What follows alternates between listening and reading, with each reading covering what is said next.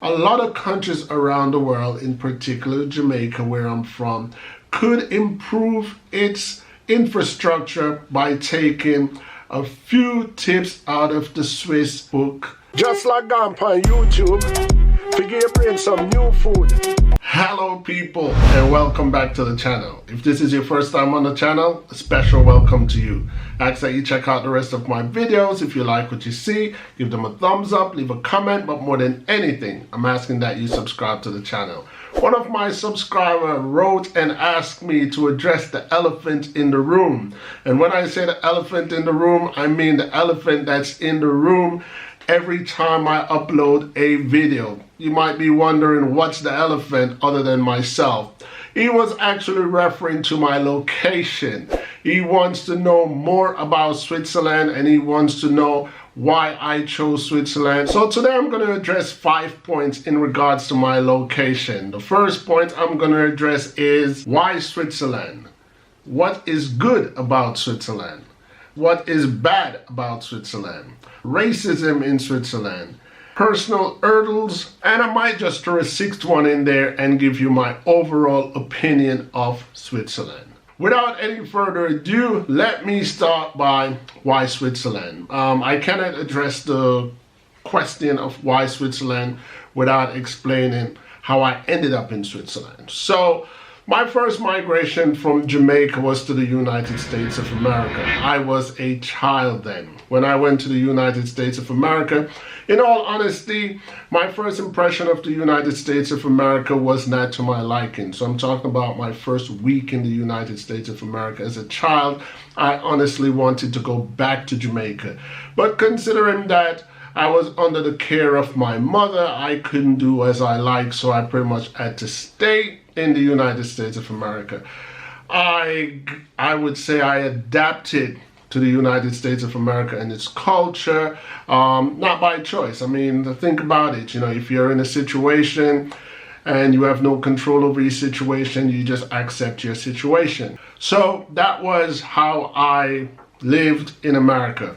While I was in America, I went to school, I went to college, and I followed my passion. My passion in the United States of America was actually writing. I loved to write. I started to seriously write when I was about 7 years old, collective poetry, and so on and so forth. So as soon as I got to America and I was of age where I can pursue my writing, that's exactly what I did by contacting some publishers in the United States of America, got in contact with the Library of Congress in DC to have my work copyrighted and so on and so forth. So America was home for a minute until I was a young adult. When I became a young adult, I had a run-in with the law in the United States of America.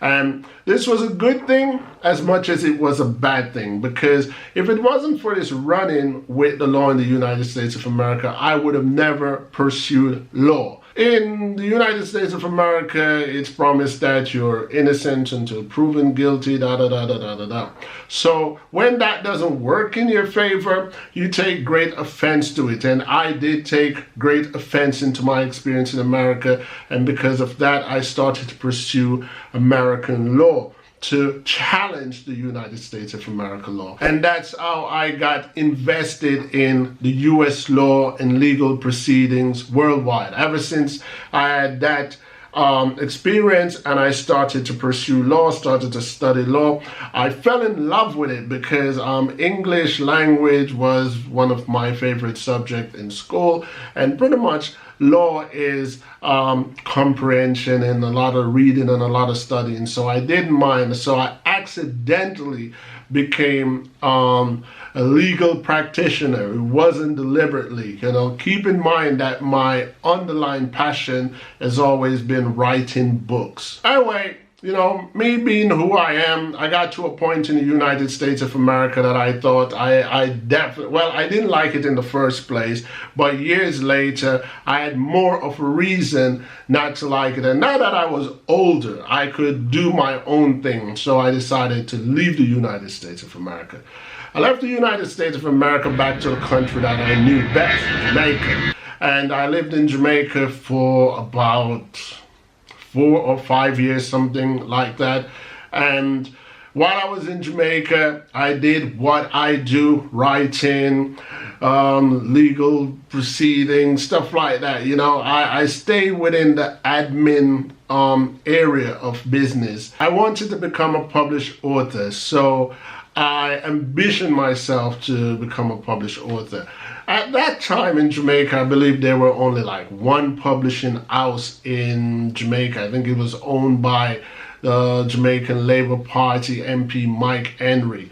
I can't remember what happened, but I was not sold on the offer that they gave me, so I started thinking about England, because England was established to me as a literary capital. So from Jamaica, I migrated to the UK.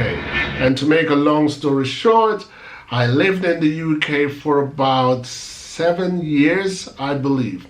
Then, after living in the UK 7 years, within the 7 years, because of my passion for writing, I just wanted to be a published author. But in the process of that, I ended up becoming a publisher. So just like how I ended up becoming a legal practitioner, it was pretty much the same way I ended up becoming a publisher. Because initially I just wanted to be published by another company. I was not interested in the publishing side of things. I just was interested in the writing and the author side of things. But after skipping some hoops in the UK and I realizing that, okay, it will be a little bit more challenging than I thought, I decided to invest my own mind and my own self, I was a younger man then, into the whole publishing procedure in the UK. I became a British publisher of books and it was successful. I was successful at it.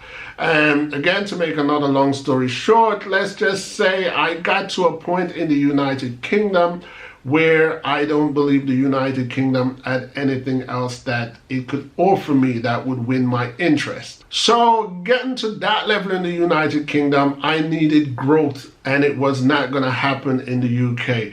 At the time, I had lost someone very dear to me in my life, and I used that opportunity to take a break from the UK. So my wife and I, we moved to Jamaica again. And while we were in Jamaica, I registered my British company, the same name. I registered it in Jamaica and I was doing business in Jamaica for publishing. I had a few clients in Jamaica, but the Jamaican way of business was kind of a culture shock to me. It was not the same as in the UK, so that became problematic. I did get clients in Jamaica, but the mental adaptation of the Jamaica client businessman was hard for me to understand. In other words, in the UK, people respect contract. Contracts are contracts. And if you have to hand over money in installments or whatever, money gets handed over installments. While I was in Jamaica, it's a lot of, boy, you want to see, so-and-so died, and I had to use the money to... So that was getting on my nerves while I was in Jamaica. And for that reason and other reasons, such as more money was going out of our pockets in Jamaica than we were making, it wasn't adding up. So we decided that we needed to go back somewhere, anywhere.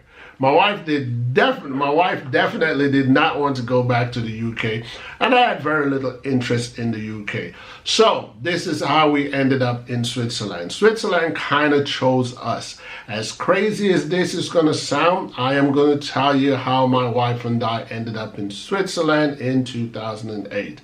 We had a globe at home, you know, one of those office globes, something like this right here. Yeah, we had one of those. And we decided to spin the globe.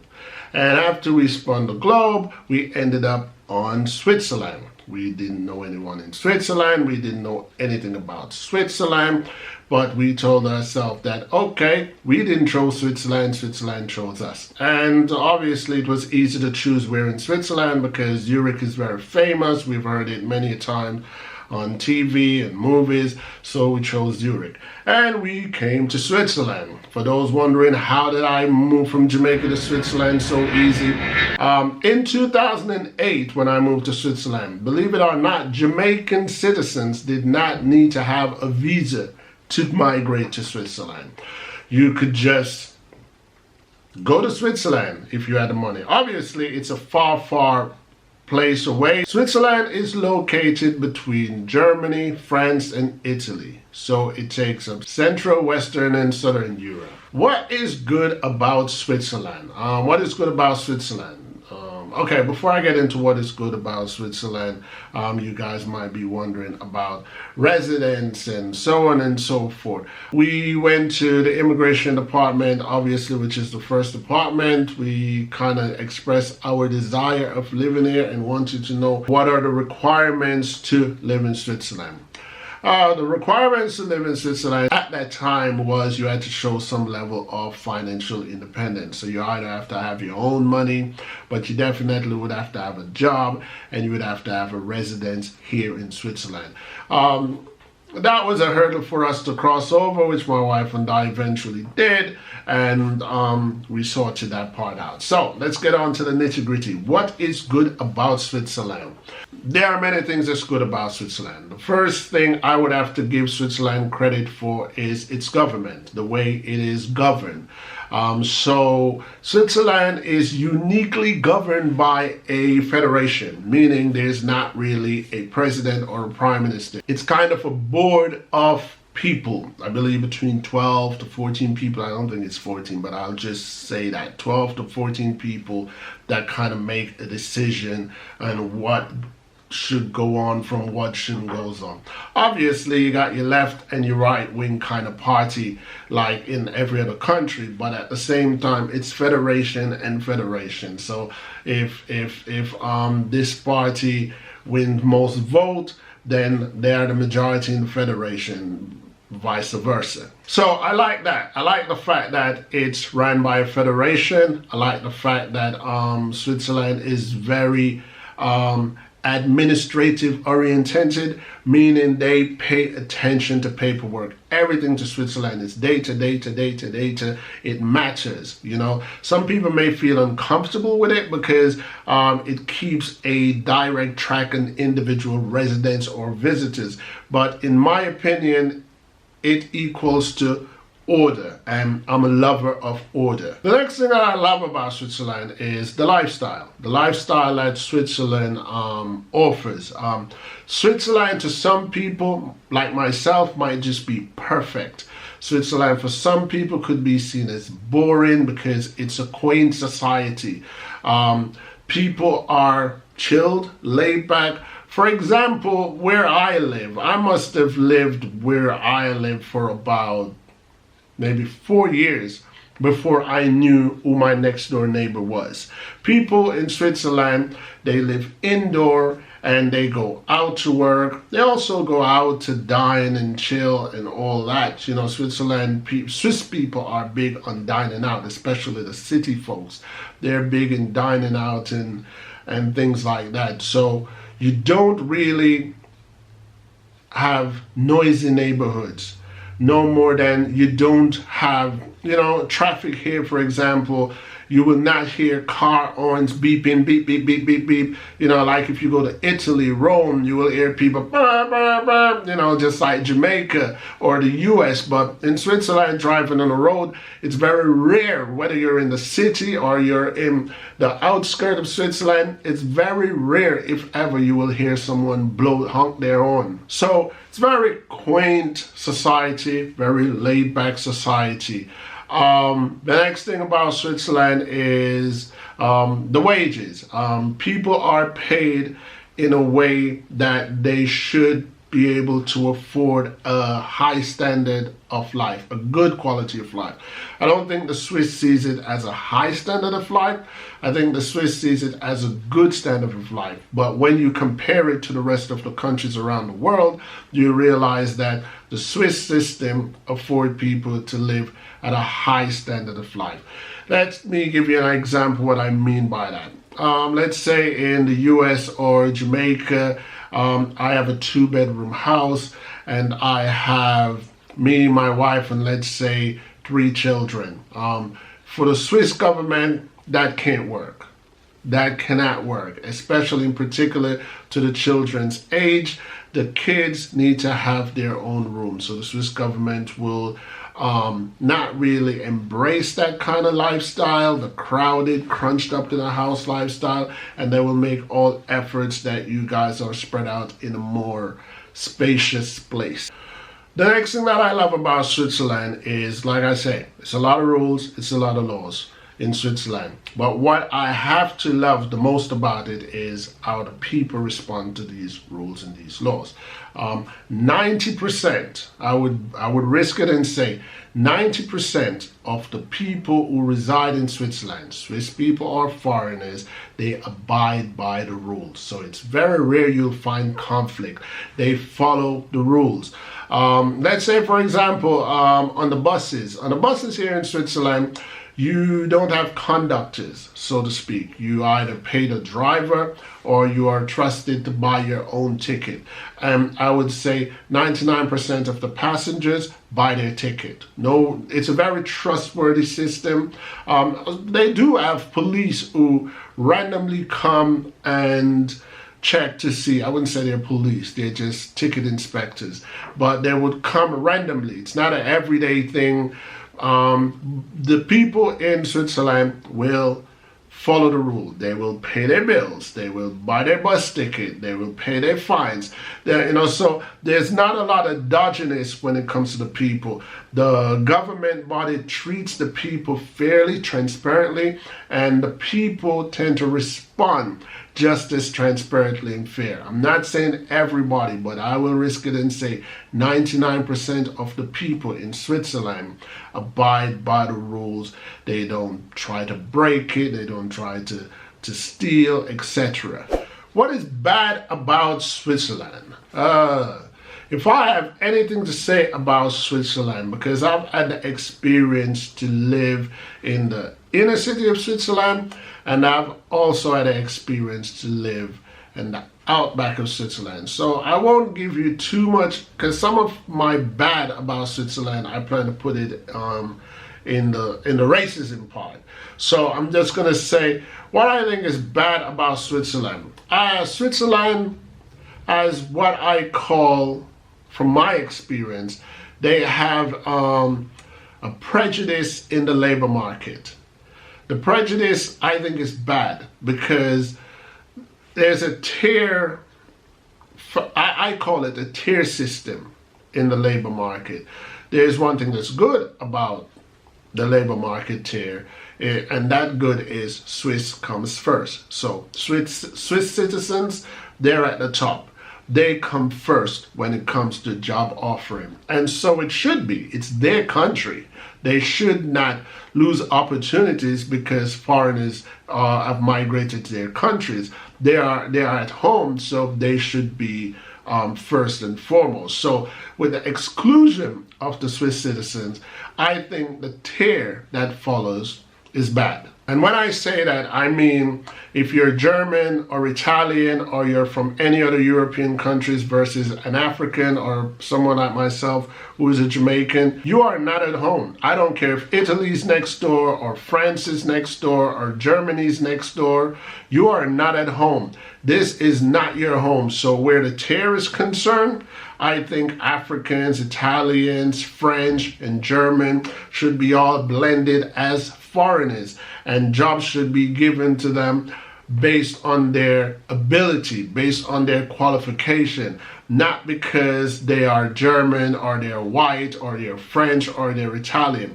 So when you look in the labor market here in Switzerland, there's a lot of cronyism that goes on. There's a lot of German that gets their German friends into the job. There's a lot of Italians that gets their Italian friends or family into the job over other people. There's a lot of Bosnians that get Bosnian people into the job. And the bad thing about that is black people tend to have the lower ranking jobs in Switzerland. I wouldn't say that is by design, but from what I just say to you about the cronyism and about the tear, they get elbowed out. So black people tend to be the crumb snatchers. Not all black people. You have black people here in Switzerland who are entrepreneurs who run their own businesses. It's very rare that you're going to see a black person in any high-ranking position in Switzerland that is not his own business. So most black people in Switzerland will do domestic labor or physical labor, but not anything that's requiring any real brain work. And I'm speaking from where I live in Zurich, Switzerland. And I think that is bad about Switzerland. All right, so without any further ado, it's racism in Switzerland. Racism in Switzerland. I've experienced racism in Switzerland. So I would have to be honest and say racism in Switzerland I only apply it to the outback of Switzerland. I used to live in the far side of Switzerland, which I was only about 5 minutes walk to the German side, to Germany. I could just walk out my house and 5 minutes later cross a bridge and I would be in Germany. And I felt racism in that neighborhood. But when I moved to the city is a bit more multicultural. You see more black people. You see more foreigners, whether they're from Italy, whether they're from Bosnia, whether they're from Croatia, and so on and so forth. So in the city, I don't see or feel racism in the city. There's more of a xenophobia more than racism. And when I say xenophobia, I mean people will see you and you're black, because there's not a lot of black people here in Switzerland or in Zurich. There might be a lot of black people in Zurich, but compared to the rest of the races, black people are the fewest in Switzerland. So black people still turn heads in Zurich, Switzerland. Most times they either think you're a foreigner, that's like a tourist that's just passing through. But when we're out in the neighborhood, like where I live, black people still turn heads, even though they're not a rare sight, but they still turn heads because there are usually 1 or 2 of us on a bus. There are usually 5 or 10 of us on a train compared to the rest of the passengers, so to speak, just to give you an understanding. I would say white people or Swiss people, I wouldn't say they're racist. Most of them admire you from what they see on TV about black people, but at the same time, most of them don't know how to take you. They don't know how to approach you. They don't know how to deal with you. They don't, they're more comfortable approaching someone of their color or someone of their race or culture than approaching you. So that doesn't mean they're racist. It just means you are that new to them. If there are racist people in Zurich, Switzerland, if they are racist people in Zurich, Switzerland, I would have to say they're very quaint with it. So, like the United States of America or like other countries where you hear black people say they've been prejudiced against by the police or by their neighbor or by their citizen, or they went to this building and they got treated this way. In Zurich, Switzerland, I've never felt that. If someone has been racist against me in Zurich, Switzerland, it's very secretive or very quaint. In other words, you're not going to be called the N-word to your face. I've never been called the N-word or been addressed in a derogatory way because of my color in Zurich, Switzerland. So I'm not saying racism doesn't exist in Zurich, Switzerland. People are the same wherever you go in the world.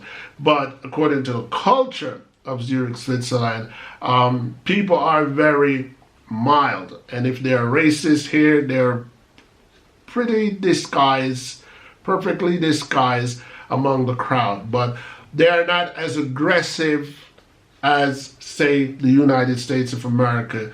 You're not going to walk through a neighborhood in Switzerland and get told that get out because you're black or so and so. I've never had the experience. I don't know any black person in Switzerland who have had that experience. However, there are some expectation of you being black, which I've experienced. The expectation are that you're not supposed to be too bright, you're not supposed to be too knowledgeable, and you must be desperate. You must be desperate. You must be desperate for this or desperate for that, or you're really in need of this or really in need of that. And there are some Swiss people or white people in Switzerland, if you don't tick those boxes, if you don't appear to be desperate or you don't appear to be ignorant, they just don't want to have anything to do with you. They just back up off you. However, keep in mind that Swiss people are not as social as, say, Jamaica, England, or the UK. You know, if I should walk out of my apartment and say I'm going to walk down to the nearest street, I might pass 1 to 2, 3 people, and I'm talking about any time of the day. So you don't have a whole lot of noise in any neighborhood, or you don't have a whole lot of crowd. You know, people tend to just mind their own business, and if they're not minding their own business, again, you wouldn't know because everybody lives so quaint and so reserved, which I love. As a writer, I love that because I can always write. I can always concentrate. The next thing that I'm going to cover is personal hurdles. Hurdles that I have to cross when I moved to Switzerland. The hurdles that I had to cross was first and foremost the language. I didn't know. My wife and I, we did not know that Switzerland did not speak English. All the research that we did in Switzerland, I think it was just obnoxious of us to assume that they must speak English. No. Switzerland has 4 national languages: German, French, Italian, and Romance. We live in Zurich, Switzerland, which is closer to Germany. Therefore, the national language in Zurich is German. And that was a hurdle for us to cross. It was such a tough hurdle for us to cross that when we first moved to Switzerland, we lived there for a year, and learning or understanding what was being said to us or what was being sent to us in letters was so hard to translate or to decipher. So we got fed up to the point that my wife and I had left Zurich, Switzerland, and moved back to the UK. We moved back to the UK, and we were in the UK again for another 3 years. But the fall of the market in 2008 had knocked the UK to its core. So life in the UK was not appeasing to us as we used to live before. And we decided, you know what, Switzerland chose us, we should go back there. And we came back to Switzerland 3 years later, and we just never looked back. So the hurdles that we had to deal with in Switzerland was the language. However, many years later, today you can say anything to me in German, I understand what you're saying. I speak German, I would say I speak it at a medium level. I could have a full-blown conversation in German. Obviously, I still have problem constructing the words because in English we speak straight, for example. So in English we speak right to left, and in German they speak left to right or middle to right to left to right. So it's a confusing language, but once you make it your will to learn it, you can learn any language. Thank God our son, he went to primary school here, secondary school here, and he's on his way to college now. So he speaks fluent German, he speaks fluent Swiss German, and he speaks some French. So, and he speaks English as well. So that he's the lucky one. What else? The do's and don'ts. We had to get used to the do's and don'ts because, like I said, when we moved here, we took a risk to move here on our own. We did not know anybody here, so we did not have anyone to assist us, to tell us what to do from what not to do. So we kind of learn by doing. We learn from making mistakes, you know. So Switzerland has a lot of rules. And when I say a lot of rules, I mean they have a lot of rules. So the first police citation that my wife and I received in Switzerland was because of how we dispose of our trash. You know, we're coming from Jamaica, we're coming from the UK, where you just put trash in a black bag and sit it out on the day you know the trash man was coming, and that's pretty much what we did. In Switzerland, that doesn't fly. In Switzerland, recycling is a big thing. For one, glass has to go in one area, plastic has to go in one area, cardboard has to go in one area, leftover vegetables and meat bones and so on have to go in another area. So, you know, we got in trouble. We got in trouble for throwing out the trash, and they went through the trash to find anything that has to link us to us. Obviously, they know the address that they got it from. They still picked it up in the black bag, but they sent us a warning, and we had to learn that way that this is how you empty trash here in Switzerland. And you have to go to the supermarket and you have to buy a particular bag for your particular region, and you can take your trash and put it in that bag, or you can take your black bag of trash and put it in that bag, and that's how you dispose of the trash. Along with that violation, there are many other violations that you can do in Switzerland as a foreigner because you don't know the do's and the don'ts. But it's a fair system. If you're a first offense, they'll warn you, and second offense, you'll get a fine. Kind of like the same for the bus. If you don't know how the bus system works and you go in there, they will, you might get a warning depending on where you're from, your identification, or if you're a resident here, you might just get a straight fine.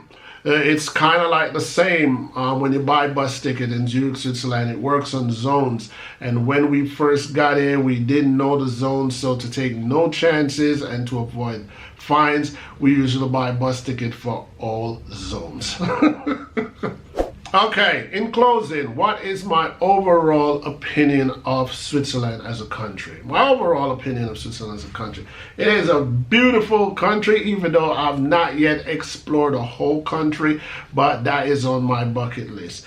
But on another note, I believe I would give Switzerland a 10 out of 10 for how they run the country as a country, for the quality of life that they afford their residents and citizens. And I have to give them a 10 out of 10 for staying a neutral country for so many years. They don't get involved in other countries' conflict. They just don't take sides. They're a self-sufficient country. And I would say a lot of countries around the world, in particular Jamaica, where I'm from, could improve its infrastructure by taking a few tips out of the Swiss book or Swiss leaflet. I wouldn't even say a few. Take half of it, you know, because maybe half doesn't apply to Jamaica and its region, but the next half on how to lay out a society, or how to account for goings and comings or individual people of the country. Switzerland has a perfect system, you know, so I like the discipline, I like the strictness, and all you have to do to live in Switzerland is to adapt to the rules. That's pretty much it. I'm sure there's a lot that I might have missed out, but feel free to ask any questions below. I can definitely do a part 2 on this. I love Switzerland as a country, and of all the countries that I've lived in, I must say Switzerland is the cleanest country that I've lived in, along with the other perks that it offers that I categorize as good. So that's pretty much it for now, people. If you live in Switzerland and you feel like what I say is not accurate, feel free to comment and let me know why you don't believe what I say is accurate. And if you live elsewhere, you are free to give this video a thumbs up or a thumbs down, agreement or disagreement, because at the end of the day, people, each one teach one. You've reached the end of my video, and that in itself is a support that I truly appreciate. And while I'm at it, I will take this time out to let you guys know other ways that you can support my channel. The first and simplest way that you can support my channel is by giving this video a thumbs up. And the second and most important way that you can support this channel is by hitting that subscribe button and subscribe to my channel and follow me through my YouTube journey. Other ways that you can support my channel is by going to my Teespring online store and buying some of my merch. And another way that you guys can also support this channel is by joining me in Patreon to give me a contribution to support what I do on YouTube and what I do to entertain you guys. Once again, I want to thank you guys for your continuous support and ask that you join me, Ian T. Sebast, on YouTube and see where my journey takes me. Until next time, people, peace.